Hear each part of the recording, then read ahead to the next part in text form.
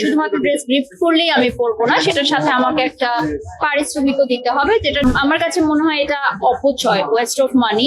এমন কাউকে দিয়ে দেই চ্যারিটিতে, তাহলে তারা যারা ভালো পোশাক প্রতিদিন পরতে পারে না, ওটা তো তারা পড়তে পারবেই, বরং এটাতে অনেক সওয়াবও পাওয়া যায়। আমরা চেষ্টা করি যে বৈধ সরকারের অনুমোদন প্রাপ্ত যে কোনো প্রতিষ্ঠানের সাথে কাজ করতে। Hello everyone, this is Tanvir Hussain from Bangladesh Street for Entertainment. Right now present here with me বর্তমান সময়ের জনপ্রিয় ব্র্যান্ড প্রমোটার পারিশা হক।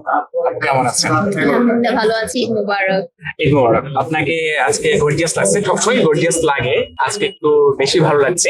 আমি শুরুতেই জানতে চাইবো এই যে আপনার যে ড্রেস এটা আসলে কে চুজ করেছেন? আমি নিজেই আমার স্টাইলিং করি, বরাবরের মতোই আজকেও আমি নিজে একটা আউটফিট চুজ করেছি। যেহেতু আমি আজকে একটা মালিক সিনেমার প্রিমিয়ারে এসেছি, তো ভাবলাম একটু ডিফারেন্ট একটা লুক নেই। আজকে যেহেতু অনেক সেলিব্রিটিরা এসেছে এখানে, যারা অভিনয় করেছে ওনারাও এসেছে, অনেক মিডিয়া কভারেজ হচ্ছে।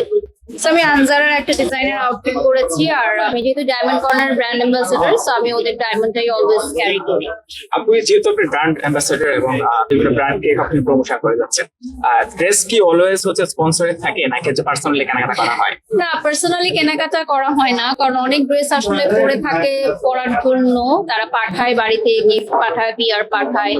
আবার আমি তো এটা একদম শুরু থেকেই যে ড্রেস পরার জন্য আমি পেইড কোলাবোরেশন করি। এটা আমি যখন ভারতে গেছিলাম কাজ করতে, তখন আমি দেখেছি যে ওরা একটা পোশাক পরার জন্য হচ্ছে পারিশ্রমিক নিয়ে থাকে।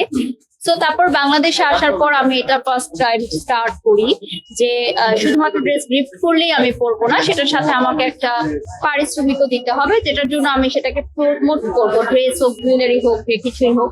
কারণ আমি সেটা পড়ছি, একটা ইভেন্টে যাচ্ছি, সেটা আমি প্রচার করছি, সো ডেফিনেটলি আমি এটা ডিজার্ভ করি। সো পেইড কোলাবোরেশনের কাজও অনেক থাকে, এই জন্য আবার নিজে আলাদাভাবে তেমন কেনাকাটা করা হয় না। আমার কাছে মনে হয় এটা অপচয়, ওয়েস্ট অফ মানি।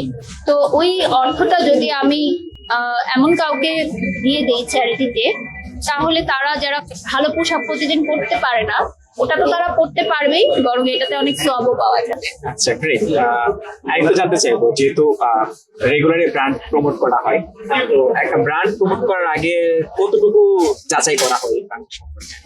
আমরা তো সাধারণত লং টার্মের কাজগুলো বেশি করে থাকি। যখন আমরা কোনো কোম্পানির সাথে ব্র্যান্ড অ্যাম্বাসেডর কাজ করি, আমরা সেই কোম্পানির লিগাল ডকুমেন্টস নিয়ে থাকি, ইম্পোর্টার লাইসেন্স দেখি, তারা ট্যাক্স প্রদান করছে কিনা সরকারকে সঠিকভাবে, সেগুলো দেখি।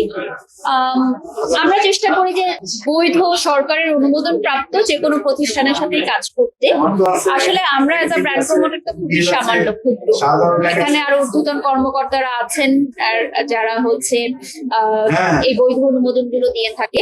তো যারা সরকারি ভাবে বৈধ অনুমোদন পেয়ে গেছে, তাদের কাজগুলো আমরা করি। এক্সট্রিম মশার কয়েল প্ল্যান্ট ফাইবার দিয়ে তৈরি, ডেঙ্গু, চিকুনগুনিয়া বাহি সহ যে কোনো মশার বিরুদ্ধে দেয় এক্সট্রিম সুরক্ষা। আজকে জানতে চাইবো যে আপনি একটা লম্বা সময় ধরে হচ্ছে ব্র্যান্ড প্রমোটিং আছেন, শুরুর দিকের যে ব্র্যান্ড প্রমোটিং এর সময়ের যে চ্যালেঞ্জ আর এখনের যে চ্যালেঞ্জ বা মার্কেটের কথা বলেন, কতটুকু ডিফারেন্ট মনে হয় আপনার কাছে? অলওয়েজই আসলে চ্যালেঞ্জিং। আমি যদি মনে করি যে না, আমি এখন যেন তেন ভাবে একটা প্রমোশন করে দিব, হয়ে গেল, না, হবে না। এটা একটা কন্টিনিউ প্রসেস, ডিসিপ্লিনের মধ্যে আপনাকে থাকতে হবে। স্টিল রাইট নাও আজকাল যখন আমি লাইভ করি, আমার মনে হয় যে না, আমি আজকে প্রথম দিন লাইভ করতে এসেছি এবং আমি সেম এফোর্টটাই দিব যেটা আমি আগে দিতাম। তো এই জন্যই হয়তো আমাকে ব্র্যান্ডরা এত পছন্দ করে, ভালোবাসে, রেসপেক্ট করে।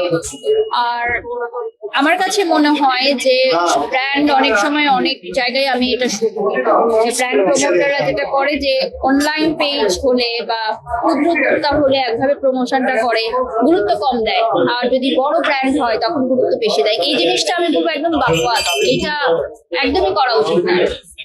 আমি হচ্ছে একজন ব্র্যান্ড প্রমোটার, আমাকে পে করছে, আমাকে হায়ার করছে একটা ব্র্যান্ডকে প্রমোট করার জন্য।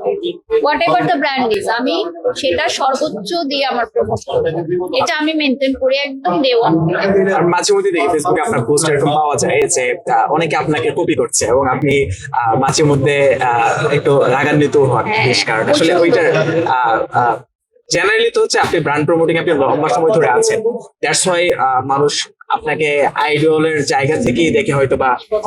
আইডল জিনিসটা কিন্তু আলাদা, কপি জিনিসটা কিন্তু আলাদা। আমাকে যারা আইডল মনে করে, যেমন আজকে আমি আমার কিছু ব্র্যান্ড প্রমোটারদেরকে ইনভাইট করেছি এখানে, যারা আমাকে ভীষণ ভালোবাসে এবং একটু আগে একটা মেয়ে বলছিল ইন্টারভিউতে যে বারিশ আপু আমার আইডল, বিষয়টা আমার ভীষণ ভালো লেগেছে। আইডল আমারও অনেক সেলিব্রিটি স্টারদেরকে আমি পছন্দ করি, যাদের অনেক কিছু আমি ফলো করি।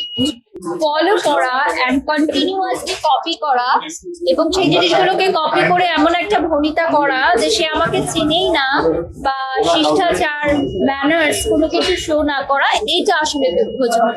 এবং পলিটিক্স করা, এইটা আমার কাছে খুবই একটা ব্যাড প্র্যাকটিস মনে হয়। যারা পলিটিক্স স্টার্ট করেছে ব্র্যান্ড প্রমোশনের ক্ষেত্রেও, আমি বিশ্বাস করি যে পলিটিক্স করে আসলে কেউ কখনো এগিয়ে যেতে পারে না।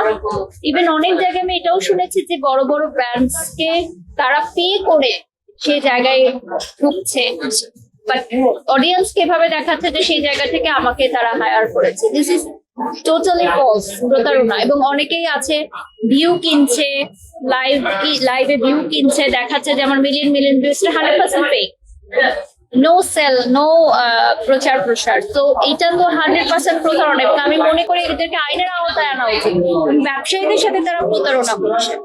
আচ্ছা, আবার একটু জানতে চাইবো যে right now you are famous, তো জেনারেলি দেখা যায় যে সোশ্যাল মিডিয়াতে বা এই সেক্টরে যারা ফেমাস হয় একটা সময় তারা নাটক সিনেমাতে নিয়মিত কাজ করে, আপনাকে সেরকম জায়গায় পাওয়া যাবে? আমি নাটক সিনেমা ছেড়ে তারপর হচ্ছে ব্র্যান্ড প্রমোশনে এসেছি, এই জন্য এই প্রশ্নগুলো আমার কাছে অবান্তর। তো আমি যেহেতু দীর্ঘদিন ছবি ইন্ডাস্ট্রিতে কাজ করেছি, এটা আমার একটা ভালো লাগার জায়গা, ভালোবাসার জায়গা।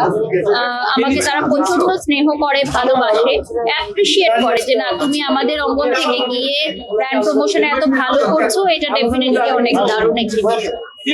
থ্যাংক ইউ সো মাচ আপু। বাংলা নিউজ 24 দর্শকদের জন্য কিছু বলার? দর্শকদেরকে সেটাই বলবো যে আপনারা ওদের ফলো করবেন, ওদের আপডেট রাখবেন, এবং শুভকামনা রইল তাদের জন্য। Thank you. ঠিক আছে।